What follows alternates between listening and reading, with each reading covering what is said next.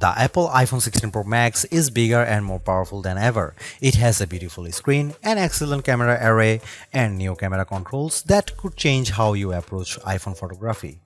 Power and battery life both get a boost to make this the big screen smartphone of your dreams. Apple Intelligence offers some useful and intriguing features, but it's not yet the thing that will or should drive upgrades. Still, if you have been holding on to an iPhone 12 or 13 Pro Max, this is probably the moment for a big screen upgrade. I get frustration from a certain perspective. The iPhone 16 Pro Max looks the same as the iPhone 15 Pro Max, but after spending a week or so with Apple's newest iOS phone, I can assure you that there are significant and noticeable differences, including some that will forever change the way you use an iPhone. First, this phone is bigger. The titanium body is slightly larger and 6 grams heavier than the iPhone 15 Pro Max. The screen is a hair's breadth away from 7 inches, but the Super Retina XDR OLED screen is larger, not just because of the chassis. Apple slimmed down the bezels on the iPhone 16 Pro and Pro Max to give you a giant 6.9-inch canvas of bright, colorful pixels. The other major difference is a new button on the right side below the power or a sleep or Siri button. Apple would prefer that we do not call it a button, though it is in part one. You can press the recessed camera control button down and it moves, but it also has a haptic response that makes light presses feel like the button is moving. It even includes gesture recognition. While the new button's name and its primary utility speak to photographic pursuits, this is a customizable control that will soon offer one-press access to Apple's new Visual Intelligence Object Identification feature. On the inside of the iPhone 16 Pro Max is a faster and more efficient A18 Pro. It's not hugely different from the A17 Pro that came before it, and most customers will never tap into its true power, but it's clear to me that Apple's Pro line of smartphones are more than ready to live up to their names. If there was ever a pocket supercomputer, the iPhone 16 Pro Max might just be it. All this hardware is in some ways no more than a vessel for Apple's next big thing, Apple Intelligence. However, Apple's own take on AI is also the greatest source of frustration, as it's far from complete. In fact, early iPhone 16 customers won't see much of it at all unless they install an iOS beta. Features like writing tools, a prettier and somewhat smarter Siri, summaries of long emails, and Photos updates such as creating your own memories based on a prompt should show up soon after the iPhone 16 Pro Max starts shipping, but other features are essentially to come. There is no image generation, Genmojis, ChatGPT integration, or support for languages other than English, and Siri has yet to display any of its existing personal context capabilities, which might be Apple's secret weapon when it comes to winning the AI battle. Siri with Apple Intelligence will eventually be able to use what it knows about you from all your information on the phone to better help you get answers and get things done. All of this might show up this year or it might be next year, and that fact puts a little damper on my iPhone 16 Pro Max enthusiasm. If you are not buying this new iPhone for Apple Intelligence, then allow me to direct your attention to the formidable camera array. While it's not entirely new, there is a new and faster sensor behind the 48 megapixel main fusion camera, and the ultrawide makes a leap from 12 megapixel to 48 megapixel. The 5x optical zoom is mostly unchanged, as is the 12 megapixel true depth selfie camera. There are, however, myriad new imaging and even audio tricks that I'm certain every iPhone 16 Pro Max owners will love.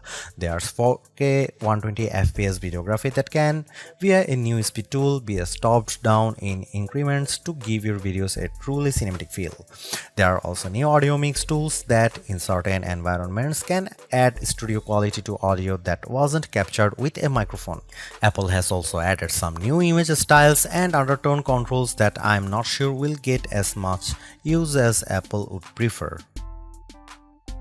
If you are asked to me, the choice between the base iPhone 16 and the iPhone 16 Pro Max is simple. You gain a ProMotion display, a 5x zoom camera, and Apple's most powerful mobile chip. The differences between the iPhone 16 Pro and 16 Pro Max, however, are more subtle this year. There's the screen size, 6.3 versus 6.9 inches, and the battery size, which results in at least an hour of extra battery life, and that's essentially it. The 5x Tetra Prism lens is now on both phones. Perhaps the only other notable difference is that iPhone 16 Pro starts with only 128GB of storage. In short, I love the iPhone 16 Pro Max. It's big, powerful, and for everything. Yes, I was playing a console level game on it using an Xbox controller because I can.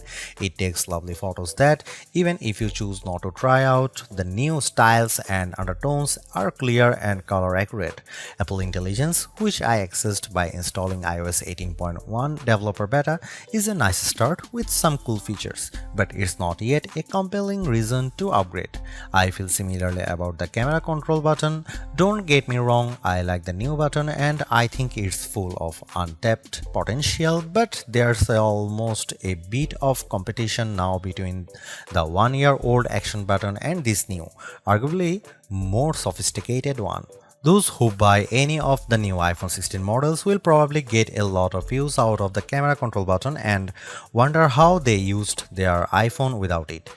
In the meantime, the action button might sit unused until Apple eventually shows it the door. The iPhone 16 Pro Max was announced at the Apple Glow Time event on September 9, 2024 and it's shipping from September 20.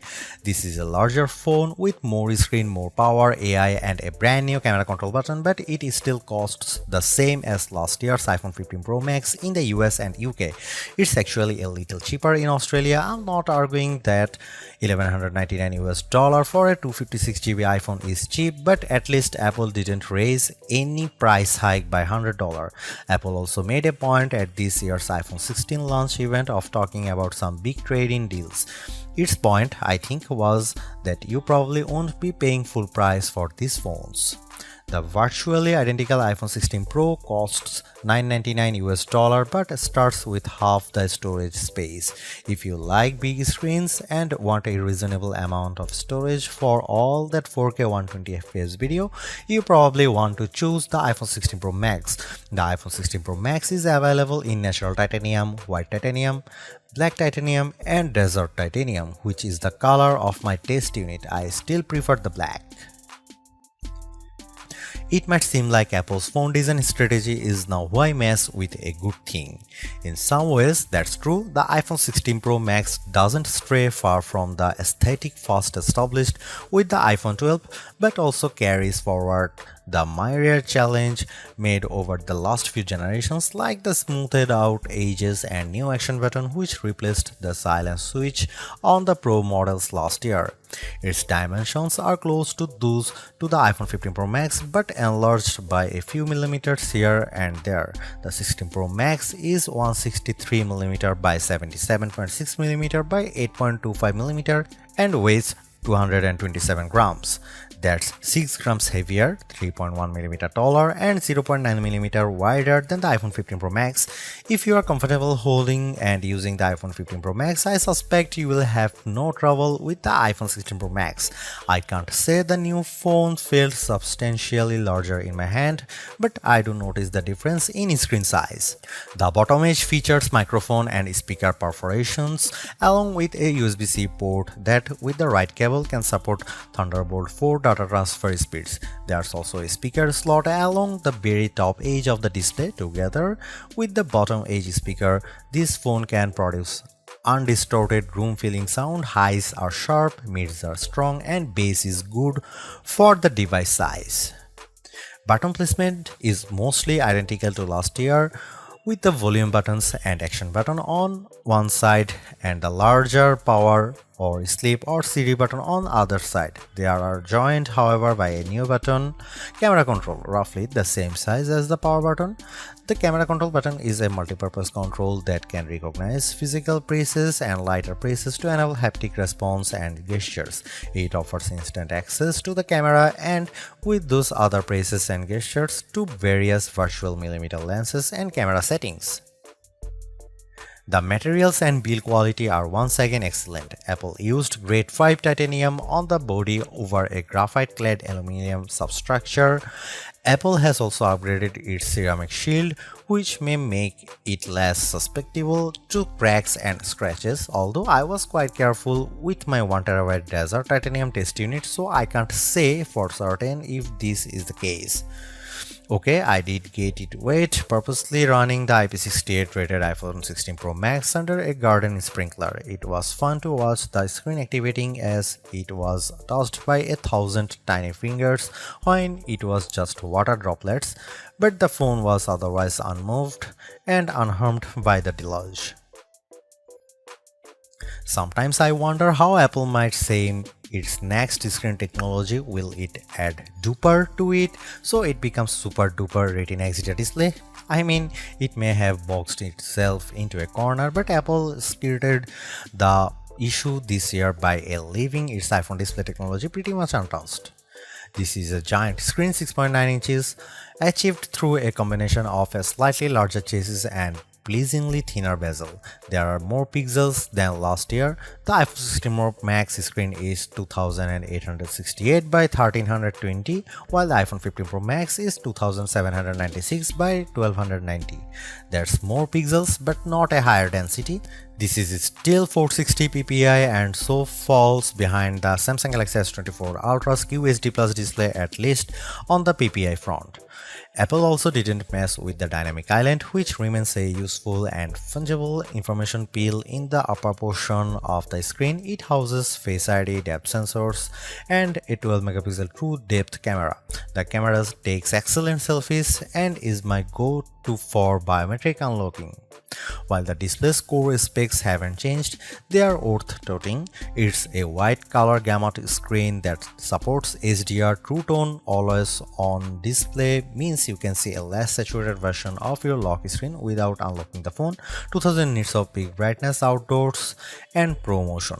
Speaking of which, everything I did on the iPhone 16 Pro Max looked fantastic. I don't even notice the dynamic island when it's inside one of my games, and streaming videos via the likes of Netflix tends to crop out the cutout.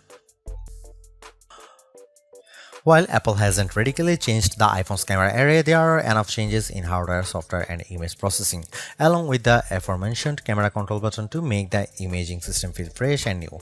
On paper, we have just one notable megapixel upgrade, the 48-megapixel ultra-wide camera, which will not only improve wide-angle shots but has a measurable impact on macro quality.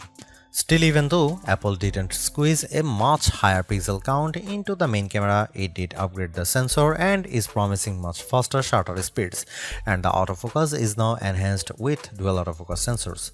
These are the kinds of incremental changes that should improve both the experience of using the quality delivered by the main camera sensor, but they are also hard to measure. More on that in a bit. The 12-megapixel 5x optical zoom is essentially unchanged from last year's iPhone 15 Pro Max. The biggest news here is found not on this phone but on its little brother, the iPhone 16 Pro, which also gets the tetra prism lens. Last year's Pro model was stuck with a just 3x optical zoom camera. Similarly unchanged is the 12-megapixel FaceTime camera on the front. Here are some camera samples of iPhone 16 Pro Max.